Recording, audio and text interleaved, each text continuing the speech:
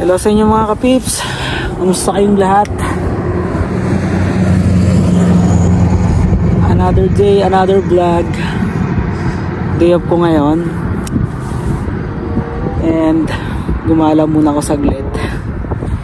Yung nasa likod ko yan, taniman ng mais yan. So nagpunta muna ako sa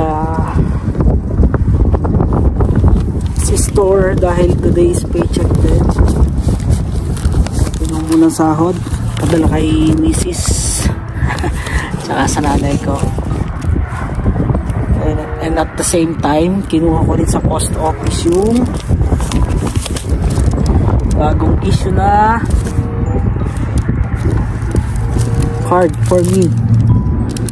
Bagong Mastercard, yung credit card ko. Kung maalala nyo yung last vlog ko, diba na-scam ako ng almost 50,000 kung i-convert natin sa pera natin sa Pilipinas. And to cut the long story short, last 23 ako na-scam, tapos nung 24 ng umaga tinawagan ko yung bangko, i-inform ko sila sa nangyari sa card ko. And sabi nga nila na within 90 days magkakandak sila ng investigation to my case, and kung ma-prove na hindi talaga sa akin galing yung transaction na yon, is wala naman daw akong babayaran. Yun ang maganda kasi nga insured yung card. So nakaka-amaze lang, sobrang bilis kasi after ng 24, 2 days lang yung hinintay ko, nagkaroon na ng result na yung na-scam sa akin na 564.99 twice, 2 times siyang na-deduct sa akin credit card is naibalik na. So nagkaroon ng reversal sale. Ang galing, ang bilis ng action nila. Sabi na 90 days pero 2 days lang. 2 days lang ako naghintay, tapos ayun, okay na. So back to normal ulit yung card ko. Yun nga lang, inilock nila. And yun nga, ito yung card na ipinalit nila. Kasi sabi nila sa akin, alam, palitan yung card for security purposes na rin. Sabi nila 10 to 14 days. Pero 24 ko sila nakausap. So 25, 26, 27, 28, 29, 30. And today is May 1st, 2024. So almost exactly 1 week. Yun, 7 days na-receive ko yung card. So pag uwi ko mamaya, ayusin ko siya. Yun, nakakatuwa lang, ang bilis ng action nila pag sa mga ganitong case. Hindi naman sa pang-discriminate sa atin sa Pilipinas, kasi ang dami ng cases na nagkakaroon talaga ng scam pero hindi nare-resolve, karamihan, which is true naman. Ang daming, kahit mga sikat na vlogger na nai-scam, diba, hindi naman na ibabalik yung perang nawala sa kanila. Kaya talagang pasalamat pa rin ako na dito nangyari yung scam dito sa Canada. Pero talagang kinabahan ako kasi grabe ko ba naman na tipid nga akong $50 na tipid ko. Hinayang akong gastos. Kung di lang talaga kailangan bilhin, hindi ko talaga siya bibilhin. How much mo yung 564.99? 2 beses pa siya nagkaroon transaction at the same time, at the same day. Tapos ang lumalabas doon is Apple.com.bill. Wala naman akong pinapurchase sa Apple na anything, even subscription, kahit nga yung mga pre-subscription simula nung kuhanin ko tong phone na to, hindi ko in-rub. Tapos ganun lang. Ang lulupit talaga ng scammer, talagang kahit may mga security authentication na yung card mo, kahit may two-way authentication, nagagawan pa rin nila ng paraan para ma-scam ka. Eh, thank God na lang na talagang dito sa Canada secured yung card, insured and secured, and talagang mabilis silang umaksyon. Yung talaga yung nakikita kong advantages na kapag nandito ka talaga. Yun na isa sa magandang benefits kapag nandito ka, na may anumang mangyari sa mga properties mo,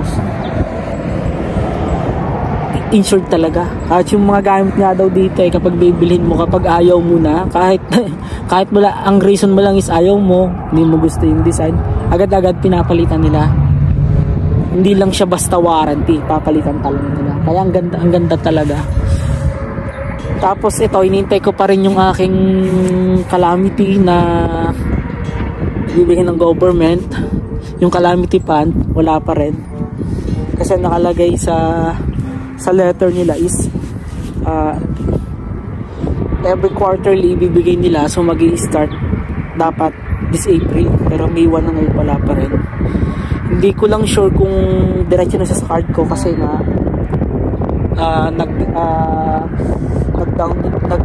nag-create ako ng account sa CRA account, yung Canada Revenue Agency, yung nag-create ako ng account doon.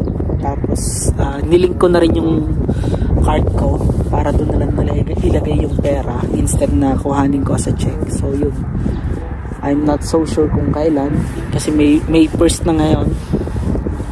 Ang ganda ng panahon ngayon kasi 0 to 12 lang yung temperature. Kaya gumala muna ako dito sa labas. Medyo malapit ako sa highway kaya medyo maingay. Pakita ko sa inyo yung nasa harapan ko. So yan, taniman ng mais, parang nakapag-ani na sila. Ayan, ganda no. So yan, tapos yan, nasa hospital pala ko, tapat pala ko nung yan, hospital yan, tapat na yan. Tapos yan, may mga ginagawa rin ditong construction din ng mga bahay, tapos binaibenta nila.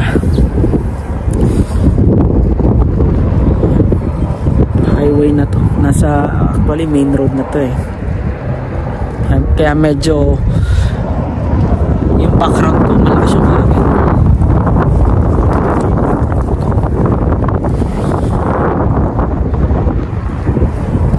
So yan, tapos bukas meron ulit akong driving lesson kay Boss Ali naman. Yan, nakita niya kasi yung post ko sa Facebook, kasama ko sa na last time na nag-aaral ako mag-drive. So sabi niya day off naman niya ng Thursday, Friday. Eh sakto ako ng Wednesday, Thursday day off ko. So yun, nagkayakagang kami. Doon niya ako sasama sa may Redwater kasi doon driving test talaga, yung actual.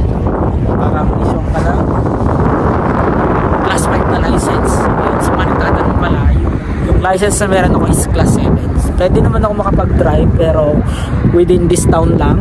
Hindi ako pwedeng lumabas ng city. And may restriction siya. Bale from 5 PM onwards hanggang 5 AM is hindi ako pwedeng mag-drive. So paggabi hindi allowed kapag class 7. Pag class 5 na yan, okay na lahat, tapos pwede ka mag-drive sa city. Yun yung difference ng mga license dito, mga driving license. So yun lang. Ang ganda ng paligid ko.